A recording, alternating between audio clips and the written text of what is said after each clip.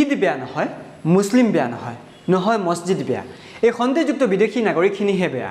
আজি ঈদৰ দিনাখন গুৱাহাটীৰ মাজমজিয়াত স্কুল এখন খোলা ৰাখিলে, আজি শংকৰ উৎসৱৰ দিনাখন তেওঁলোকৰ মানুহে যদি স্কুলখন খোলা ৰাখে তেন্তে আমাৰ গাত নালাগিবনে? আজি আমি যিখিনি মানুহৰ কথা কৈ আছোঁ তেওঁলোকে দিনত 1000ৰ পৰা 2000 টকালৈকে ইনকাম কৰে। ঘৰৰ যিমান সদস্য থাকে তেওঁলোকে গাইপতি 1000ৰ পৰা 2000 টকালৈকে ইনকাম কৰে। আৰু আমি কি কৰি আছোঁ?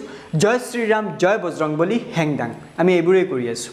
আমি কথাই কথাই হেংদাং লোৱাৰ পক্ষপাত কৰোঁ, আমি কথাই কথাই হেংদাং লোৱাৰ কথা কওঁ। মই হাত জোৰ কৰি সন্মান সহকাৰে সেইসকলক সুধিব বিচাৰিছোঁ যোনসকলে কথাই কথাই হেংদাং লোৱাৰ পক্ষপাত কৰে, যোনসকলে কথাই কথাই হেংদাং লোৱাৰ কথা কয়। 1826 চনৰ পিছত জাতি ৰক্ষাৰ কামত কেতিয়াবা হেংদাং ব্যৱহাৰ কৰা হৈছিলনে? অসম আন্দোলনৰ সময়ত হেংদাং ব্যৱহাৰ হৈছিলনে? কথাই কথাই জয় শ্ৰীৰাম, জয় বজৰংবলী, মাৰ কাট, ঈদক গালি পাৰ, মুছলিমক গালি পাৰ, হেংদাং ল, এইখিনিতেই আমি শেষ। গাঁৱততো এতিয়া বিনা পইচাত খাবলৈ পাই কামেই নকৰা হ'ল।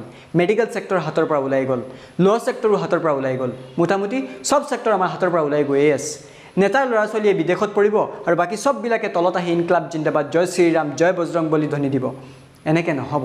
চৰকাৰে কেৱল 1 লাখ চাকৰি দিলেই নহ'ব, সকলোকে কামৰ ৰাস্তা উলিয়াই দিব লাগিব।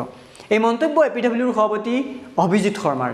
যোৱা বুধবাৰে সংবাদমেল সম্বোধন কৰি APWৰ সভাপতি অভিজিত শৰ্মাই উল্লেখিত মন্তব্যখিনি প্ৰকাশ কৰি ক'লে, আমি NRCত বিফল হ'লোঁ। এখন শুদ্ধ NRC হোৱা হ'লে এই 80 লাখ সন্দেহযুক্ত নাগৰিকৰ নাম কৰ্তন হ'লহেঁতেন। অসমৰ 126টা সমষ্টি সুৰক্ষিত হৈ থাকিলেহেঁতেন। এতিয়া আৰু এয়া সম্ভৱ নহয়। গতিকে আমি আমাৰ ফালৰ পৰা 7জনীয়া এটা প্ৰতিনিধি RJI লৈ যাম, গৃহমন্ত্ৰীক সাক্ষাৎ কৰিম। আমাৰ দাবী এটাই হ'ব যে এই NRCৰ গোটেই প্ৰক্ৰিয়াটো বন্ধ কৰিব লাগে, কাৰণ এই NRCখন সম্পূৰ্ণ এখন বিফল NRC। লগতে NRCত নিয়োজিত কৰ্মচাৰীক বেলেগ কামত নিয়োগ কৰি NRCৰ নামত খৰচ হৈ থকা ধনখিনি অন্য কামত ব্যৱহাৰ কৰিব লাগে চৰকাৰে।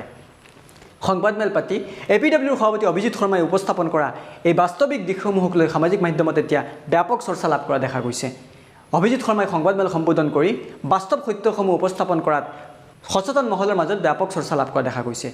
এই অভিজিত শৰ্মাৰ বাস্তৱিক দিশসমূহ উপস্থাপন কৰাক লৈ এতিয়া বহুত ধৰণে মন্তব্য প্ৰকাশ কৰিছে। অভিজিত শৰ্মাই উপস্থাপন কৰা এই মন্তব্যখিনি বা অভিজিত শৰ্মাই দেখুৱাই দিয়া এই দিশসমূহক লৈ আপোনাৰ কি ধাৰণা হয় কমেণ্ট বক্সত জনাওক। অনুষ্ঠানৰ পৰা বিদায় লৈছোঁ, নমস্কাৰ।